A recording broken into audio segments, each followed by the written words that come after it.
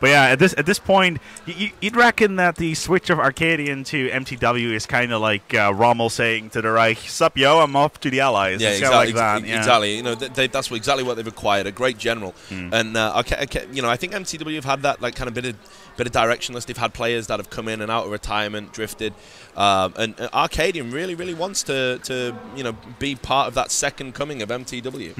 And you know, the second coming of mTw. Yeah, who's to say that he cannot be the catalyst? Well, in all honesty, I don't really think that mTw really needs a second coming because they're already on top of their games currently at this. Definitely, but what they have lacked is that cutting edge, that lethal finishing thing. I think, you know, what something like Navi would have, for instance. Yeah. It was just, I mean, one of the best games I'd seen in recent years. Great final for a great occasion, and it would have been nice to see mTw come away with it. No disrespect to Navi, of course, but you know, mTw, I think they won a lot of plaudits in the way they played at WCG, and rightly so. And you know, wouldn't it be nice to see them pick up some trophy wins to go alongside this, you know, renewed vigor? Indeed, as mTw currently looking to get the pistol round, as they're, like you were saying, they're playing it very slow. Even Trace is going all the way around, and it does look like he's going to be able to pick up the first kill on Wasnor at this rate, because he's all the way over in Mac, and he's actually going back steps.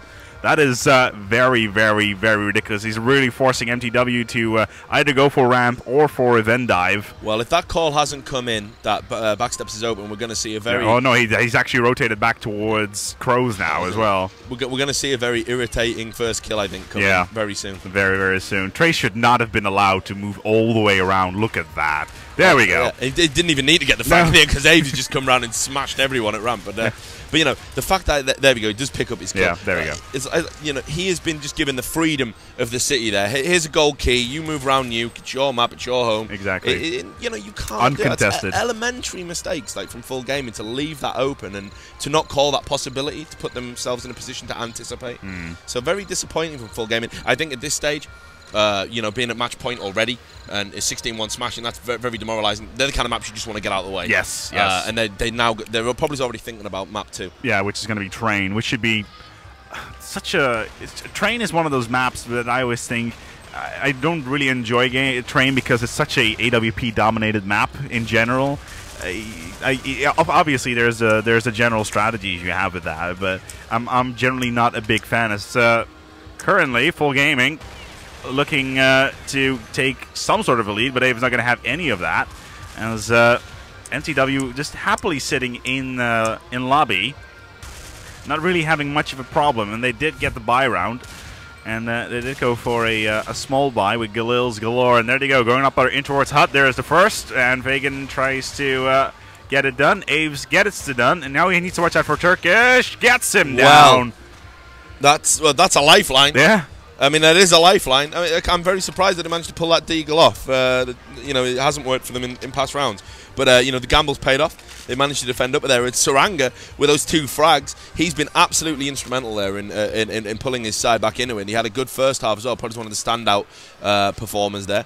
And you know, let's see if that can be a catalyst for something. There's never going to be, you know, a bad kind of amount of time you can spend on a server. You know, it's like if the more they play, the more warmed up they get, that can work in their favour. So they shouldn't just surrender it like maybe they're thinking they should.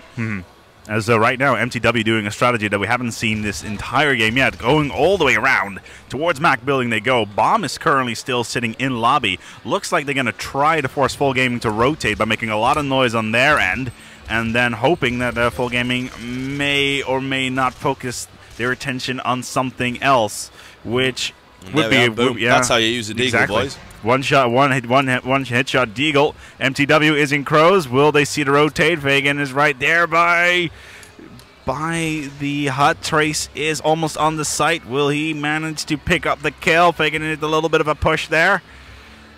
Not going to happen so far. The bomb is on, still in lobby. I love this boost trap. I love it. Yeah, this is just crazy. Boost in towards Crows, and he gets it. Saranga not even seeing it coming, and the double's coming in with the Famas. There it is.